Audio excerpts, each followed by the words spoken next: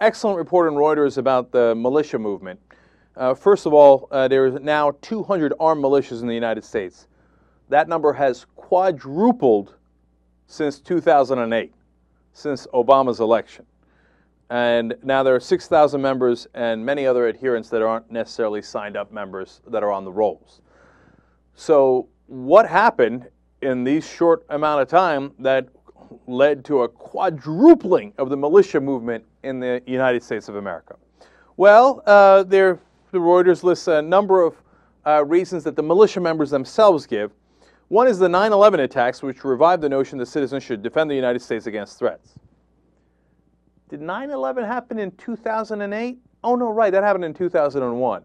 What the hell would that have to do with quadrupling after 08?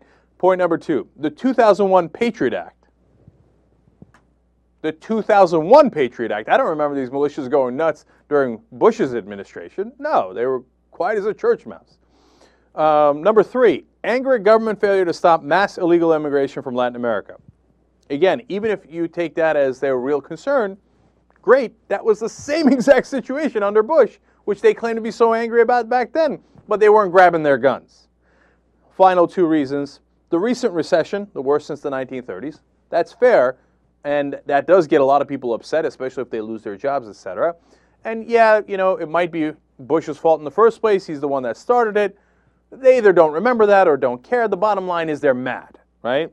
And then, let's look at the last reason. The election in 2008 of President Barack Obama. Yeah, that might have something to do with it. Yeah. And then, by the way, reason number 6 is healthcare reform.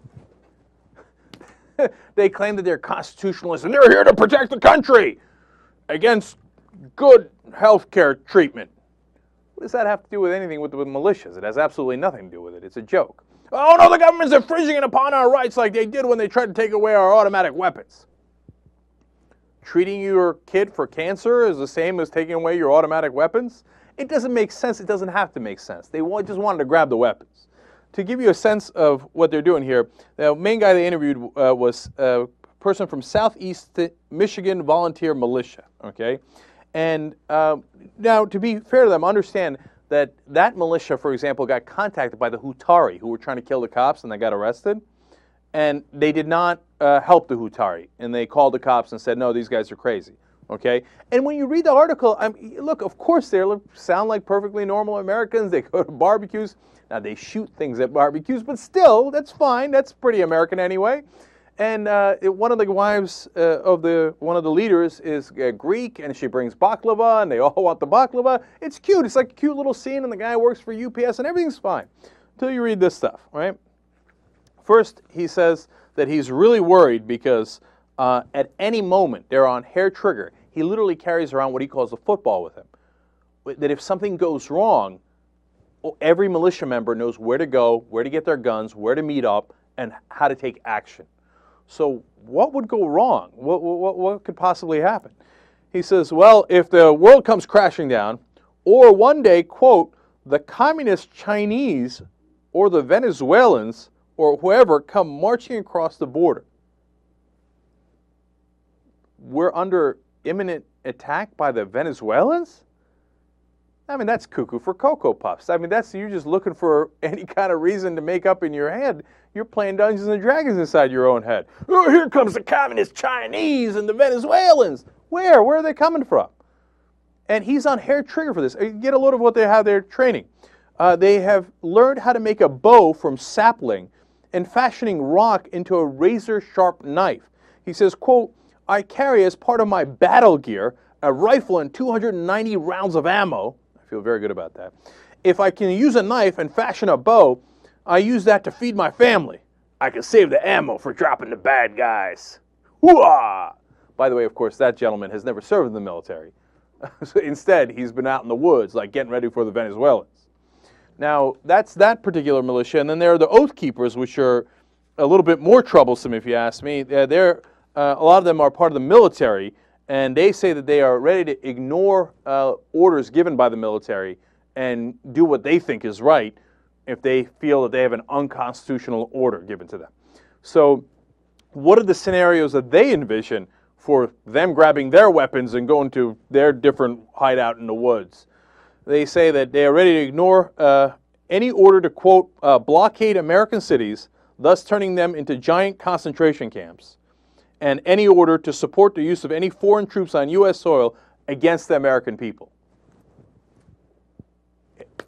Any chance that we're going to have Iranian soldiers brought in by our government? Who? South African soldiers? I don't know. Thai soldiers? Okay, now, everybody, round them up. Blockades, concentration camps. The Thai are here, and so are the Bulgarians. Foreign troops on U.S. soil. I mean, they're in fantasy land. The problem is they got 290 rounds of ammo apiece.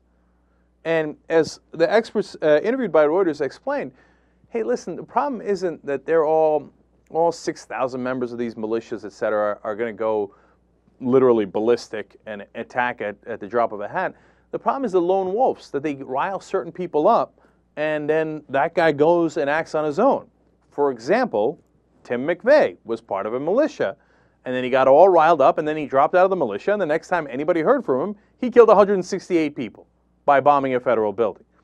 And now we have the Hutari, who actually acted in unison and were going to kill the cops, and they got arrested. We got the guy who was not part of a militia movement, but was so anti-government he ran his plane into an IRS building, and it builds and it builds. And does it have something to do with the fact that we have a Democratic president? Of course it does. Remember how the militia went nuts when Clinton was president. Does it have something to do with the conservative talk show host riling him up, talking about the Obama regime, as Rush Limbaugh calls it? He never called it the Bush regime. And do they stoke those fires? Of course they stoke those fires. And then they'll turn around and say, what? What are you talking about? Oh, all those people acted by themselves and we had nothing to do with it. And this militia movement is probably about health care or 9/11. It's absolutely unbelievable.